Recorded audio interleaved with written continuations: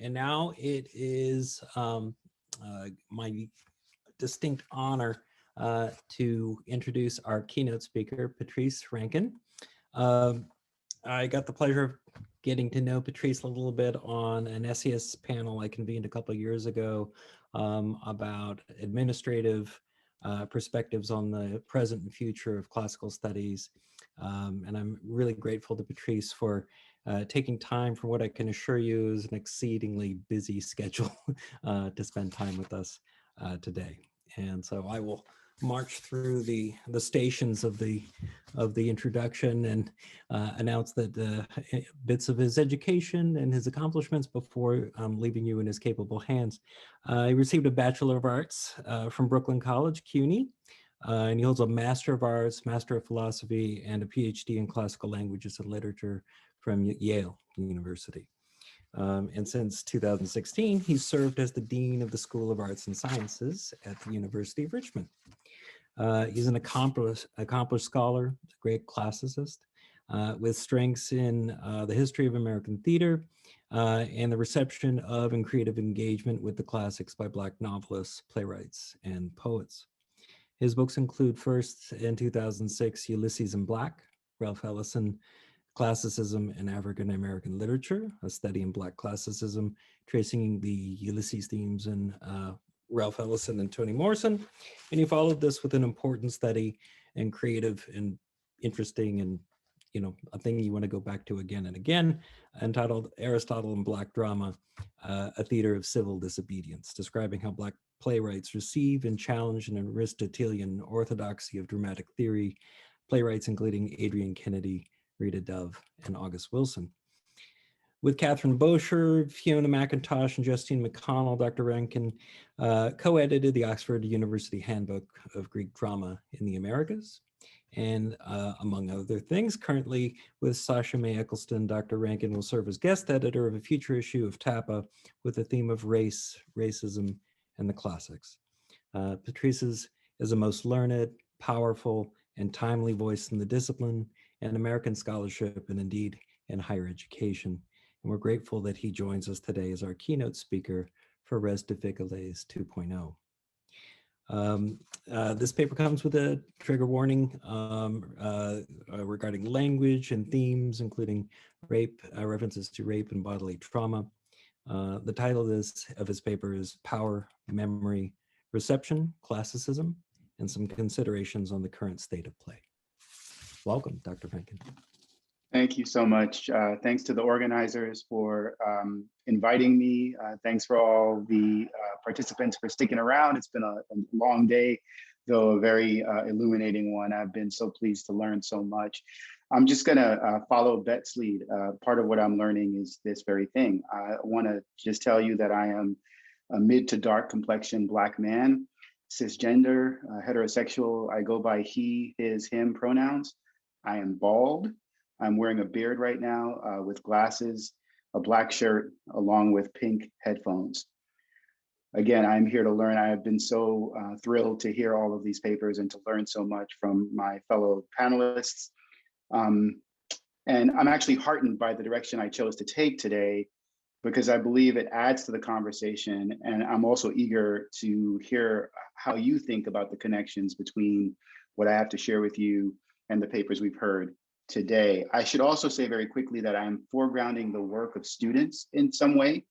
I am sensitive to the possibility of perceptions of appropriation. This is work that students have been doing on my campus that I want to talk about to frame some of what I want to share with you.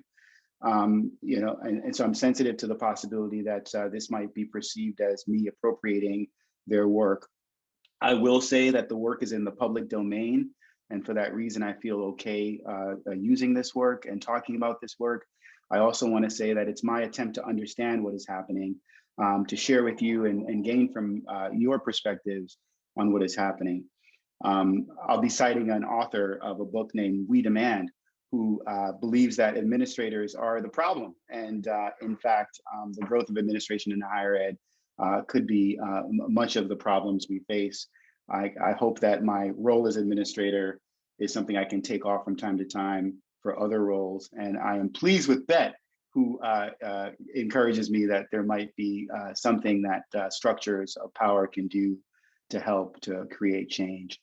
With that, I'm now going to share PowerPoint, get it started.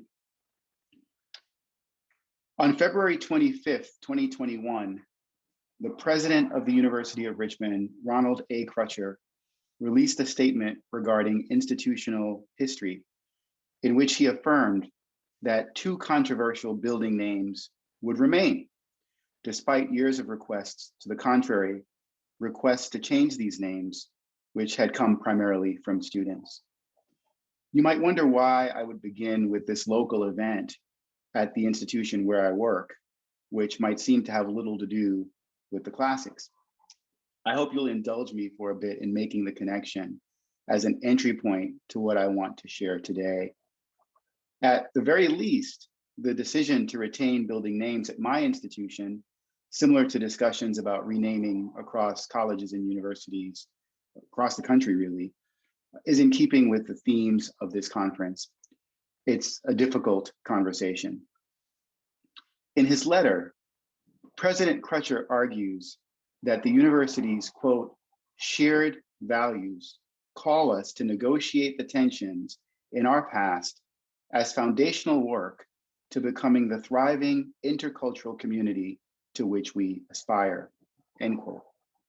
He counterposes this sense of foundations, values, and the intercultural community to the exigencies of the present, forefronting the history, the violent and oppressive realities of the men after whom these buildings are named, the legacy and heritage of our institution.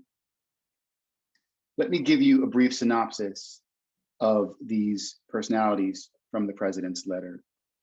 And I'm going to show you some of what's been happening on our campus. I'm showing you an image of a building name with one of the named individuals scratched out. And these slides will be available to you if you want to go online and read about these personalities, about what's happening on my campus. First, there is the Reverend Robert Ryland, 1805 to 1899. And from President Crutcher's letter, quote, by 1860, Ryland had personally enslaved over 24 men, women, and children, and records indicate that he hired out at least 2 of them to the seminary, which was part of the college, and the college, end quote. Although as a Christian minister, Ryland advocated for Black freedom to worship and salvation in the next world, he nevertheless enslaved other human beings and rented them out to the college that he was instrumental to founding.